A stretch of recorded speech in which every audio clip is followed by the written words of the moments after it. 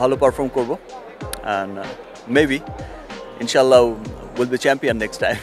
Bangladesh premier লিগের গেল আসরে ঢাকা ক্যাপিটালসের মালিকানায় ছিলেন ঢাকাই সিনেমার মেগাস্টার শাকিব খান। প্রথমবার অংশ নিয়ে দলটি শেষ হাসি হাসতে না পারলেও ব্যাপক আলোচনা তৈরি করেছিল।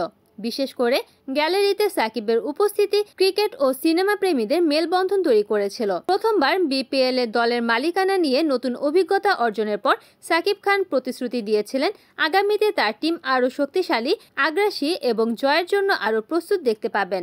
ঢাকাই সিনেমার এই কিং খান তার কথা রেখেছেন।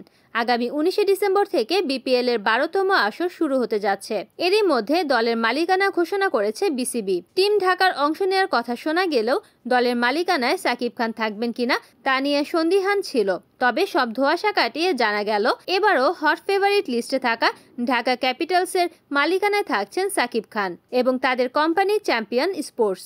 এ ব্যাপারে সাকিব খানের কোনো মন্তব্য পাওয়া না গেলেও একাধিক দায়িত্বশীল সূত্র বুধবার বিকেলে চ্যানেল আই অনলাইনকে খবরটি নিশ্চিত করেছে।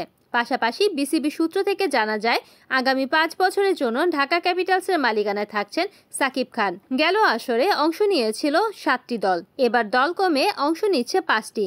অংশগ্রহণকারী দলগুলো হলো ঢাকা, রংপুর, চট্টগ্রাম, রাজশাহী ও সিলেট। বাদ পড়েছে খুলনা এবং বরিশাল। টুর্নামেন্টের আগে প্লেয়ার্স ড্রাফট অনুষ্ঠিত হবে 17 নভেম্বর, ফাইনাল হবে 16 January. Desk news, NN TV.